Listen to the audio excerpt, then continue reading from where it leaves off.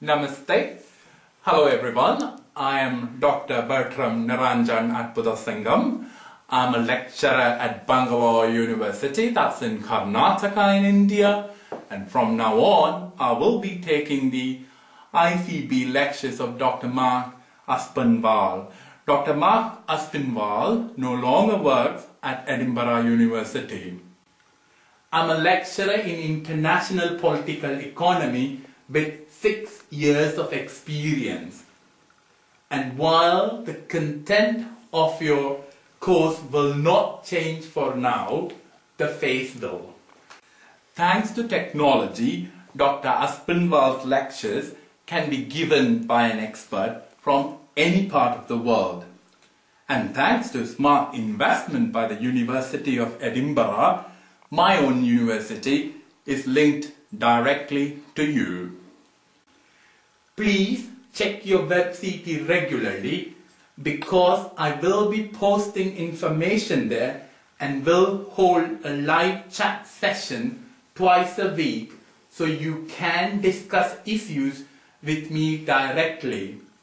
Also, Ben Hawkins, the senior tutor on the course, will be my main point of contact on the ground in Edinburgh if you have any pressing questions.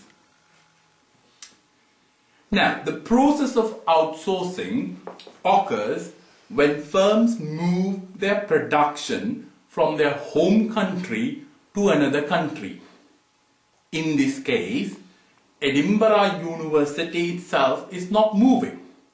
Instead, it is making an investment in quality education at an affordable price. After all, I earn equivalent of £2,500 per year. Dr. Aspinwall's salary is more than 20 times as mine. In other words, outsourcing jobs can occur even when organizations themselves do not move. This innovation is a small part of what is called globalization, the linking economies and societies around the world through technological change. Globalization provides us with greater choice in what we buy and gives us new opportunities to sell what we produce. Globalization creates new winners and losers. The winners are those of us in a position to sell our services and those of you able to consume them. Eventually, our lower costs will be reflected in lower prices for your education, although not right away, unfortunately. Not everyone wins, but through careful planning and training, people like Dr. Aspinwall will be able to find new employment. Globalization is what I would like to speak about in today's lecture. Dr. Claire Duncanson's section on the United Nations and theories of international relations leads very comfortably into a discussion on globalization. I hope you have read the relevant chapters from Bailey, Smith and Owens, the chapters by Scott on global trade and finance, and by Woods on international political economy in the age of globalization are especially important for this week's tutorials.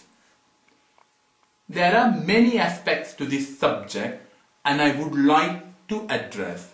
The first is economic change, especially in trade, finance and production.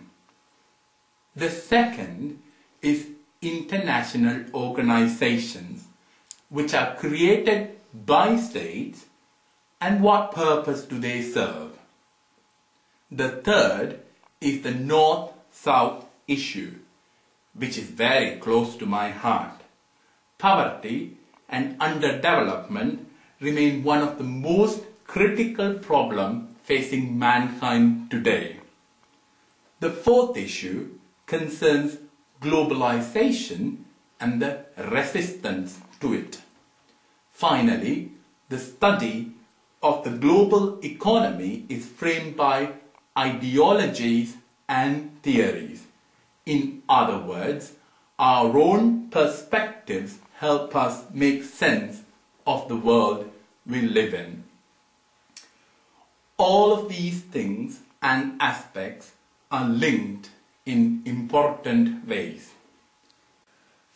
So, let me begin with the first aspect, economic change.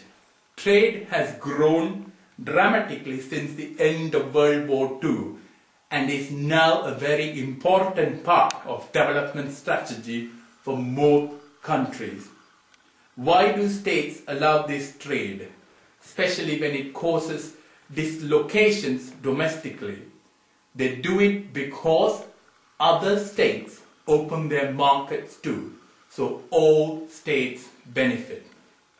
And they also do it because their own consumers benefit from a wider choice of products. What about finance? You would have to be living in Mars not to have noticed the recent collapse of global financial system. Trillions of dollars of assets were lost. Governments around the world stepped in to bail out banks and creditors. So why allow finance to become so fluid and globalized? The answer is simple. It permits capital to flow to where it's needed most. The fact that speculators create complicated products in order to take advantage of loose rules and technology, making vast profits in the process, does not negate the benefit. The challenge is to bring some control to their activities and not to forbid them. Finally, economic changes occurred as multinational firms invest all over the world in order to take advantage of low-cost labor or to be close to their markets. The example of China serves to illustrate what I mean. It now produces most of our textiles, clothing, toys and other consumer products. But services are also being outsourced.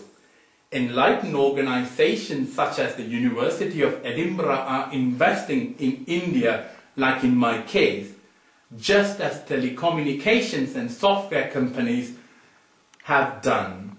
No sector of the economy will be immune forever.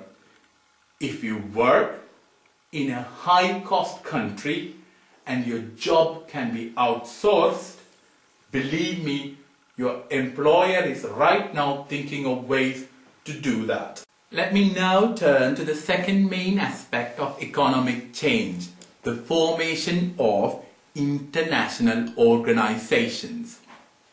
Why do states create international organizations? Since they can so often be a nuisance to the state. The best example being European Union. And how can democratically elected leaders explain to their voters why they have handed over power to these organizations? The answer to these questions is that international organizations provide benefits for states. What do they provide? First, they provide a forum for states to cooperate. A regular pattern of cooperation leads to expectations of more cooperation and therefore reduced conflict. Second, when conflict does arise, they provide a forum for dispute resolution. And third, they provide information on the activities of all the members of the organization. When states know what other states are up to, their confidence level increases.